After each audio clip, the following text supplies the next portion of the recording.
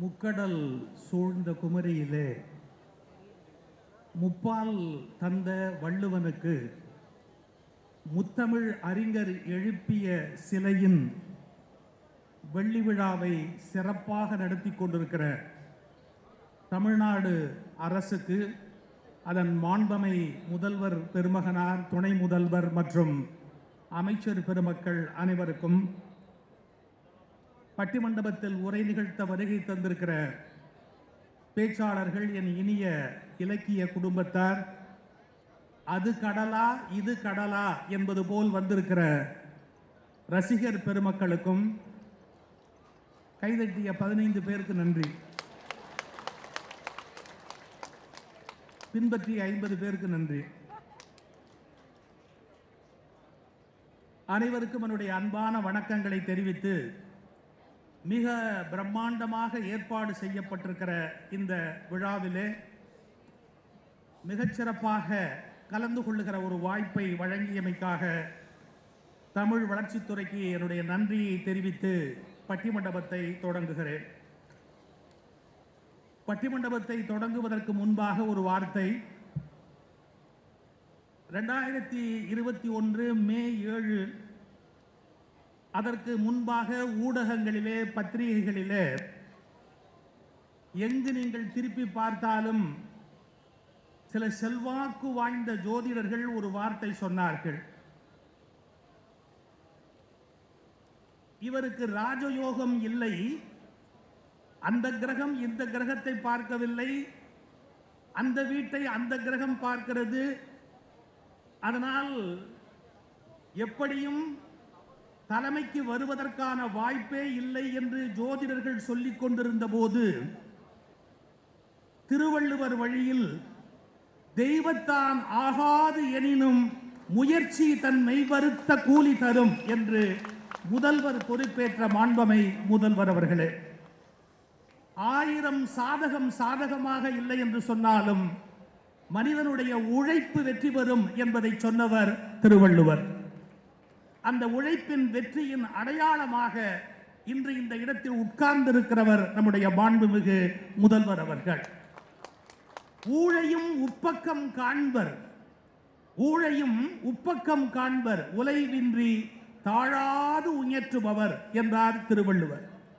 அந்த திருவள்ளுவருடைய வழியிலே சாதனைகளை செய்து கொண்டிருக்கிற நம்முடைய மாண்பமை முதல்வர் அவர்கள் முத்தமிழ் அறிஞர் அமைத்த அந்த சிலையினுடைய வெள்ளி விழாவை ஒரு மிகப்பெரிய இலக்கிய பெருவிழாவாக, நாடறிகிற விழாவாக நடத்தி கொண்டிருக்கிறார்கள். நான் 3 செய்திகளை முன்னுரையாக சொல்லிவிட்டு எங்களுக்கு கொடுத்திருக்கிற நேரத்தில் சரியாக பட்டிமண்டபத்தை நிறைவு செய்ய விரும்புகிறேன். உங்களிடத்திலே ஒரு வேடிக்கையான கேள்வி கேட்கிறேன். உலகத்திலே எத்தனை மதங்கள் இருக்கும் என்று நினைக்கிறீர்கள்?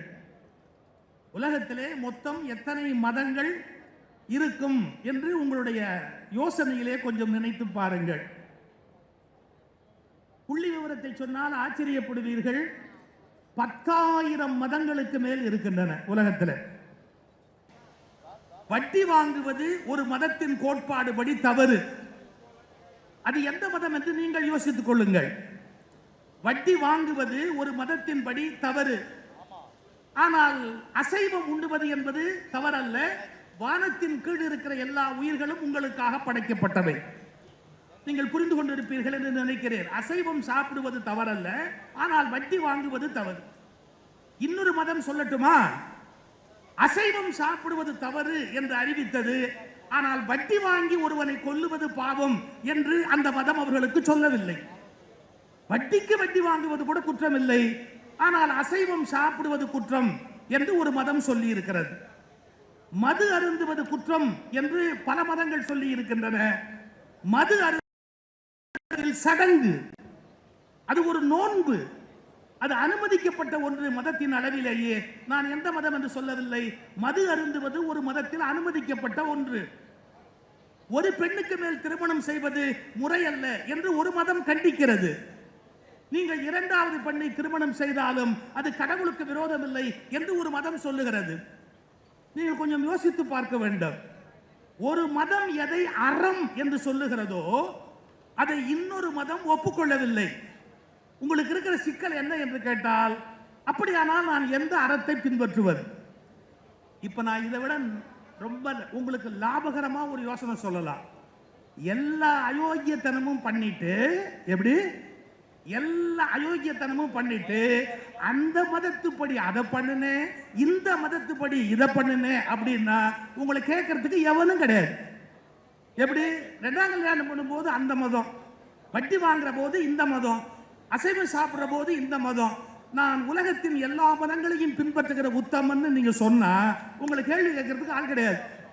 அதனால இனிமே அப்படி பண்ணலாம்னு இன்னையிலேருந்து முடிவு பண்ணாதீங்க. இதை சொல்லிக் கொடுக்கறதுக்கு நான் இங்க வரல. ஆனா எங்க ஐயன் திருவள்ளுவன் மட்டும்தான் ஒரு வார்த்தை சொன்னான். ஏய், ஒன்னு ஒழுக்கமா தர்மமா அப்படிங்கறதெல்லாம் உன்னுடைய மத புஸ்தகத்தை எடுத்து தேடாத. ஒன்று அறமா அறம் இல்லையா என்பதை 7ஆம் அத்தியாயத்தில் 8ஆம் பக்கத்தில் 3ஆம் பேராவில் சொல்லி இருக்கிறது என்று உன் மத புத்தகத்தை வைத்துக் கொண்டு தேடாது. அப்படியானால் அறம் ஒழுக்கம் என்பது என்ன என்று கேட்டபோது ஒரு வரி சொன்னான் திருவள்ளுவன், மனத்துக்கண் மாசு இளன் ஆதல் அனைத்து அரண் என்றான் திருவள்ளுவர்.